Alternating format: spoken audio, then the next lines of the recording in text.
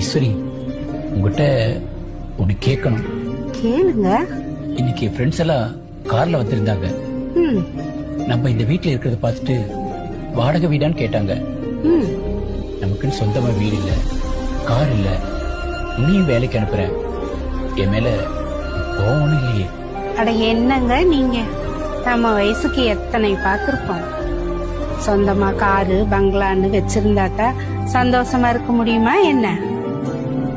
இப்ப நம்ம கிட்ட சொந்தமா எதுவுமே இல்ல, ஆனாலும் சந்தோஷமா தானே இருக்கோம்.